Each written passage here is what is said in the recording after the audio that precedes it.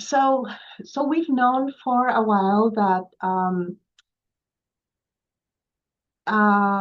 over the years, some patients can develop mechanisms of resistance that render them no longer responsive to the therapies. Like I remember being in the room when we identified the first two patients that develop a BTK mutation at C481S.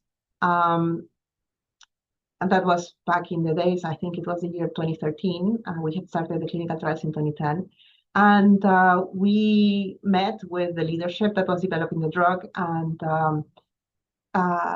made a decision at the time to just wait a little bit longer because we were probably going to see more patients. And that was eventually what happened.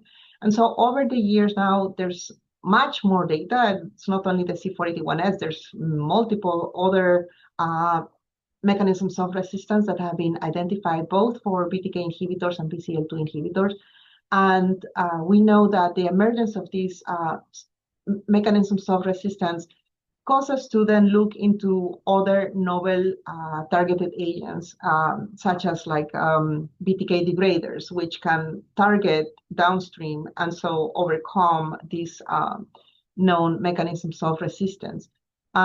We see that these are emerging less in patients that are treated with fixed duration treatment strategies with novel targeted agents. So that's one of the main reasons why I would be all open to do in a younger fit patient, like a doubled or a triple combination therapy if approved. Like right now it's only approved in clinical trials.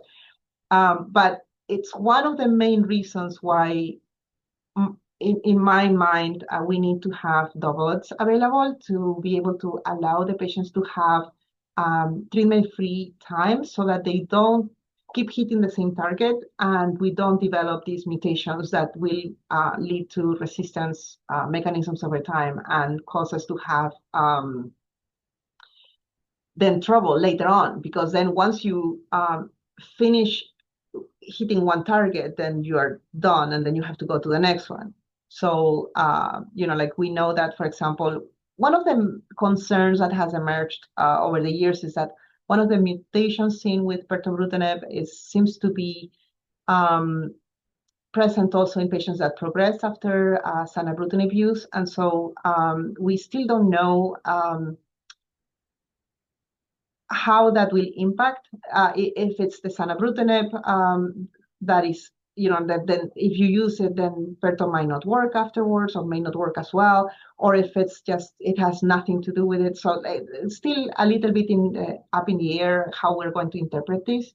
But it's interesting nonetheless, like they didn't see that mutation with ibrutinib, for example. But again, ibrutinib has other toxicities, and that's why it's no longer preferred frontline regimen. So we're still trying to understand and make sense of all these mechanisms of resistance, but definitely something to worry about for someone that is on continuous exposure to a drug, such as the continuous BTK use.